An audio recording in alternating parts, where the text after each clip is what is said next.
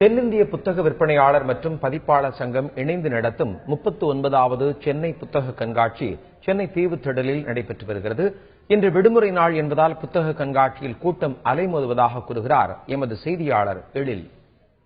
கடந்த 1ஆம் தேதி தொடங்கிய இந்த புத்தக கண்காட்சி வருகின்ற 13ஆம் தேதி வரை நடைபெற இருக்கிறது. இந்த புத்தக கண்காட்சி இன்று 5வது நாளை எட்டியிருக்கிறது. இன்று ஞாயிற்றுக்கிழமை விடுமுறை தினம் என்பதனால் சென்னை மற்றும் அதன் சுற்றுவட்ட பகுதிகளில் இருக்கிற பொதுமக்கள் ஏராளமானோர் புத்தக கண்காட்சிக்கு குடும்பமாக கூட்டமாக வந்த வண்ணம் இருக்கிறார்கள். அது மட்டுமல்ல, கோடை வெப்பம் சற்று தணிந்திருக்கின்ற காரணத்தினால் கூட்டத்தினுடைய வருகை அதிகரித்தே காணப்படுகிறது. இந்த தீவுத்திடலில் நடைபெற்றுக் கொண்டிருக்கிற இந்த புத்தக கண்காட்சியில் சுமார் 700 அரங்குகள் அமைக்கப்பட்டிருக்கிறது.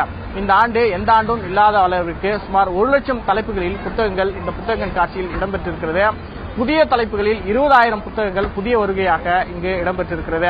அது மட்டுமல்ல, குழந்தைகளை கவரக்கூடிய வகையில் கார்ட்டூன்கள், காமிக்ஸ் என்று சொல்லக்கூடிய மாயாவி கதைகள் போன்ற புத்தகங்களும் இந்த இடத்தில் அமைக்கப்பட்டிருக்கிறது. இது குழந்தைகளையும் சிறுவர்களையும் மிகப்பெரிய அளவில் ஈர்த்திருப்பதை நாம் தொடர்ந்து காண முடிகிறது.